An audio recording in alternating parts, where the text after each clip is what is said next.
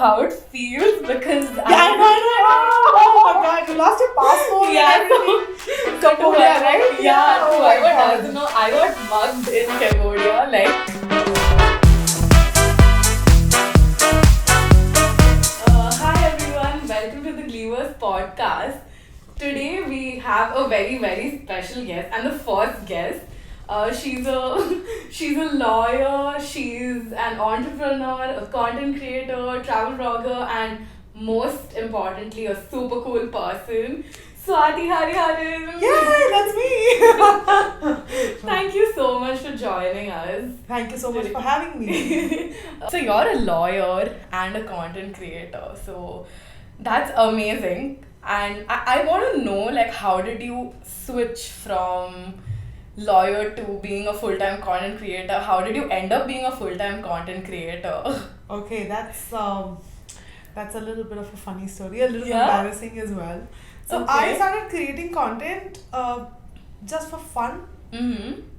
Really long time back. Like Okay. 2016 is when I started creating content. It was not like how people create content now. It was, I didn't know that you can actually create content. You can make it a career. I didn't know all that. I just thought, okay, it's a good place for me to talk.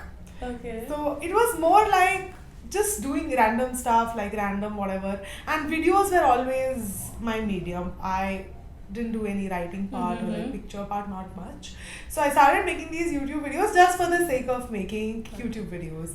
Then slowly, like very accidentally, like brands started approaching me. Then Wow, okay. yeah, it was it was at that time, like the YouTube space or Instagram space was not as defined as it is now. Like now everybody knows that Yeah. this is work, or like you can make a career on this.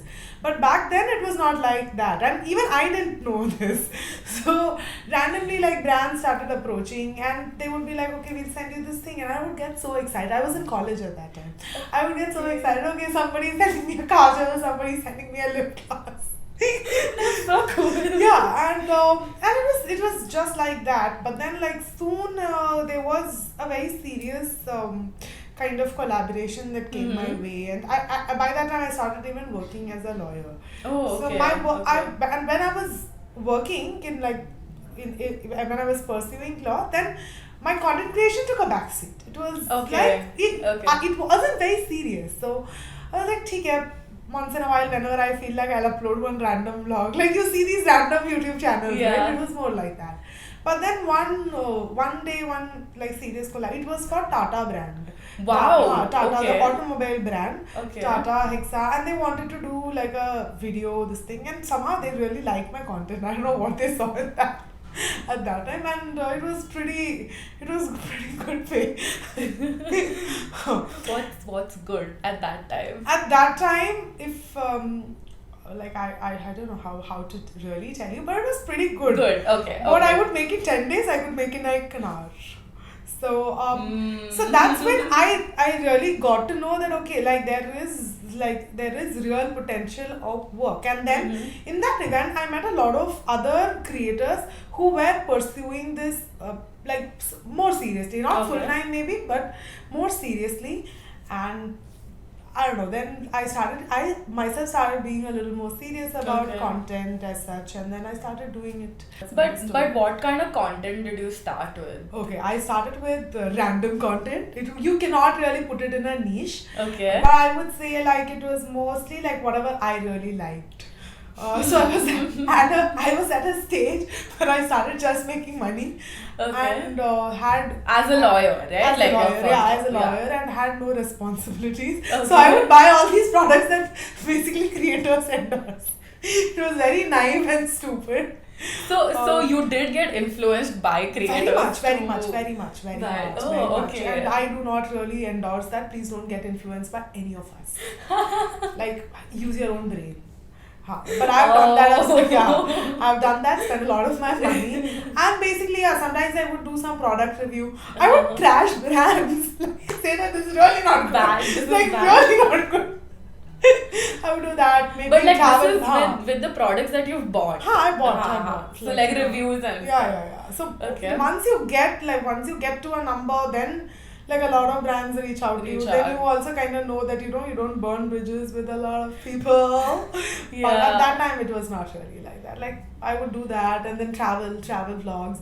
But when I started doing it full time, that's when I realized that I did not necessarily like the conventional lifestyle content space.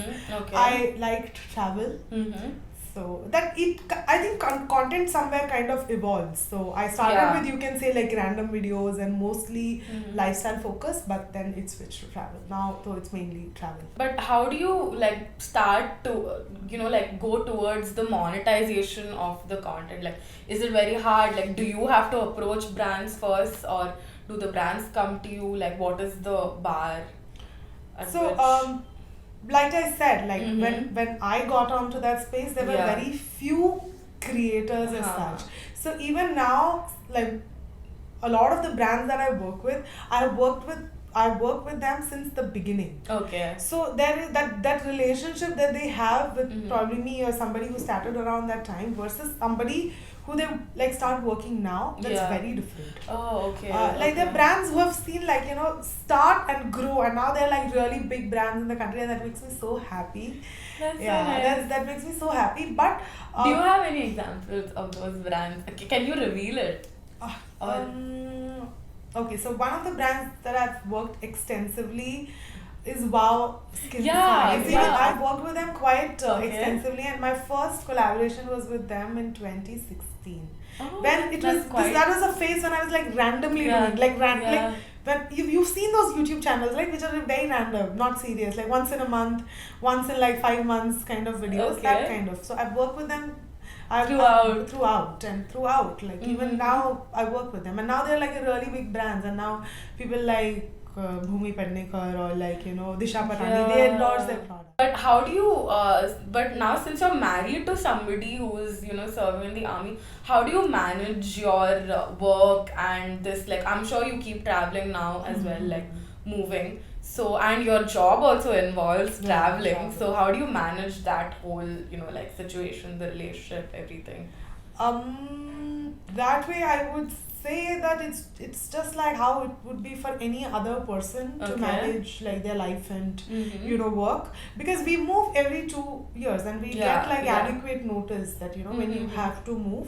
So at that time, of course, there's a whole process of like movement, and we also get a lot of help from the army itself. Like our moves are very much supported by the organization, like because everybody is moving. So there's a whole ecosystem where everyone's moving every now and then. So we have like lots of contacts, we have like lots of people who kind of help in the whole moving situation.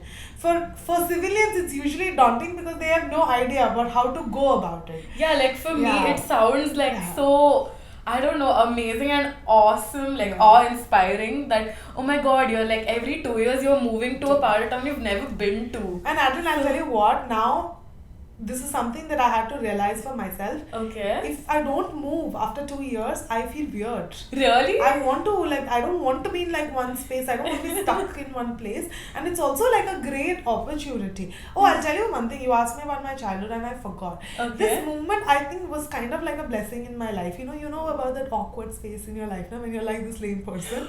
Oh, feel like I got a redemption time. Yeah. I got a redemption time. So I remember this. When I was like my class 8th to 9th, I was a totally different person in class 9th, Till 8th, I was like a very lame person. Like that awkward age where you're just figuring out. We all had that. Body's changing, everything's like weird. But I think that's also like a good redemption time you have. I've been doing solo travel as well.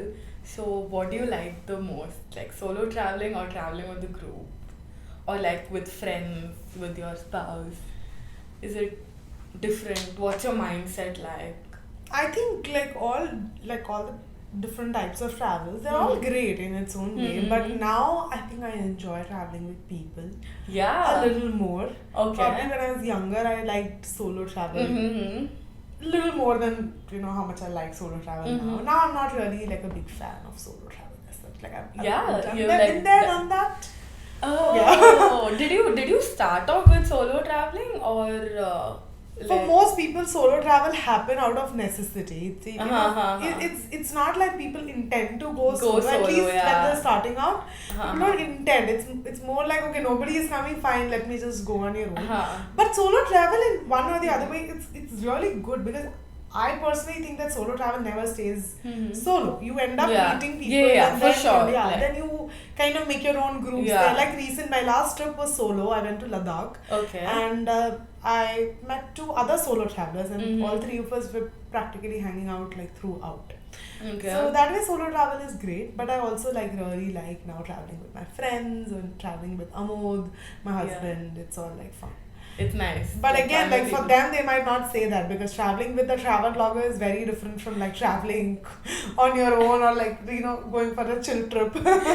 So actually I wanted to ask you this, how do you manage separating your work and actually enjoying the travel during your travels? Like, have you, what's the art of doing that? Because it is your job, but at the end of the day, you also would like to enjoy the view and the company and everything. So how do you balance that out? Okay, so in my mind, if I'm going on a work travel, I'm going on a work travel.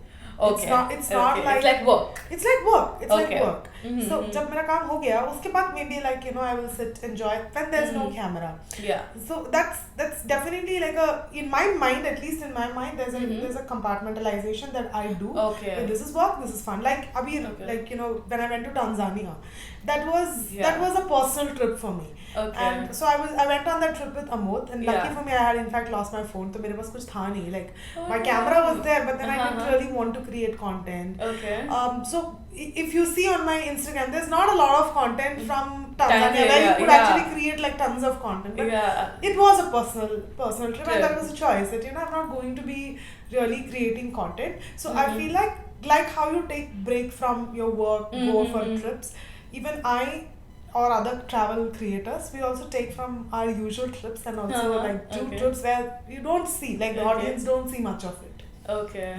So did you say you lost your phone on that trip? How? No, not Tanzania. I lost my phone in Singapore. Just 15 days before Tanzania happened.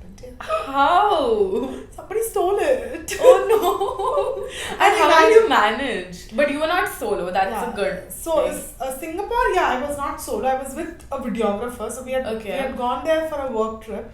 I traveled to Vietnam and Singapore. So the terror, the phone that I was using, this happened last 2021, and it was iPhone 11. So I was like, as it is, my phone needed an upgrade. The phone was not the big thing, but the content on that, because we had traveled to Vietnam for a work trip, and even Singapore was a work trip. So if my content from that trip was lost, I don't know what I would have done. Maybe I had to go back to Vietnam. And that would have been a whole show, but thanks to iCloud that everything was stored. But that's again, you're not very intentional with backing up, right? You're not very intentional with iCloud and things like that. So I wasn't very sure. That was quite a terror. I know how it feels, because I know. Oh my god, you lost your passport and everything in Cambodia, right? Whoever doesn't know, I got mugged in Cambodia, and it was pretty bad. I lost my passport, my phone, my money, card, insurance papers, everything. Oh my god, I remember that scene because my parents made a huge... Oh my god. Even mine.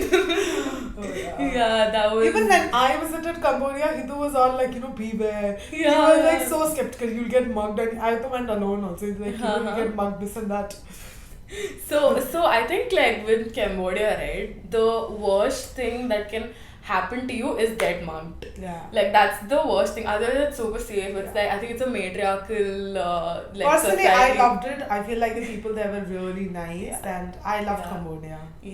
And when this happened, so I did not, think of finding out or googling the worst things that can happen to you there. I just went. No, you should not. You should not really Google that as well. Because then you'll get a whole list. And we live in a country like in India. There's a huge thing of what could go wrong? Everything practically. Yeah. So coming to that, like, how do you prepare for a trip? Have you had that fear of, like, especially when you're traveling solo? And I don't want to say this, but like, as a woman who's traveling alone, like, it's very different from when a man is traveling alone. Yeah. So how have you managed that, or what's the prep you do? Like, see, while it's definitely true that as a woman things are different, Okay. but I really feel like as a woman it's a little better. Really? Yeah, it's a little better because people more or less like Okay. especially like Indian women, you're like brought up like with this notion now that be careful, men are really bad, or like like random men like on the streets are really bad. But the more I've traveled, the more in fact I've gone into the interiors of India, and basically what I feel is if you're a solo woman, people are very nice to you. Yeah, people want to help you. Oh, especially that's awesome. like tourist places, like say for example Jaipur, Agra, all these places where tourism is very developed. In those places, people know that the women travel solo, and they're like nice about it. As a tourist, you have to stay in your own limits, man or a woman.